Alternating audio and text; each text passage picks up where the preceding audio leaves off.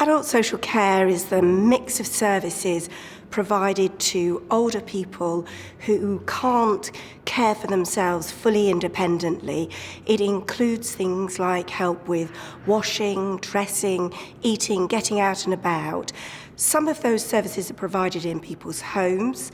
In other cases, where people's needs are greater, then they go and live in a residential or nursing home and are cared for there.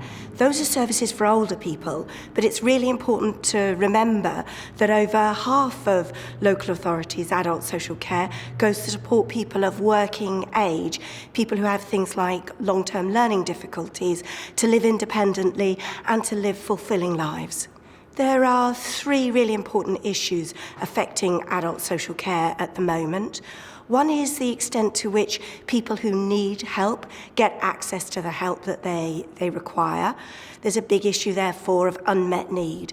The second issue is quality of care, and in particular, whether or not we have the workforce that we need to deliver high-quality care, and whether providers get enough money to fund high-quality care.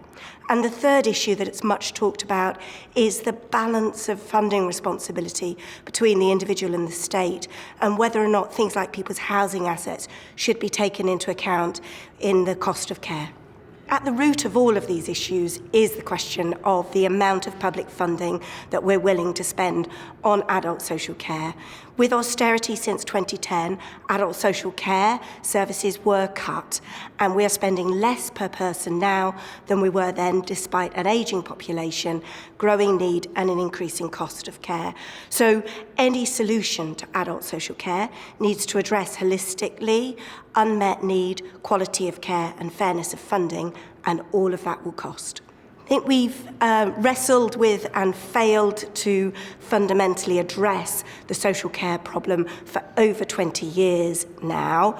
We can't continue to duck this question. It is failing some of the most vulnerable citizens in society. But if we are finally to grasp the nettle and address adult social care, then it needs to be a comprehensive and holistic solution which tackles both unmet need, quality of care and the fairness of funding between the individual and the state.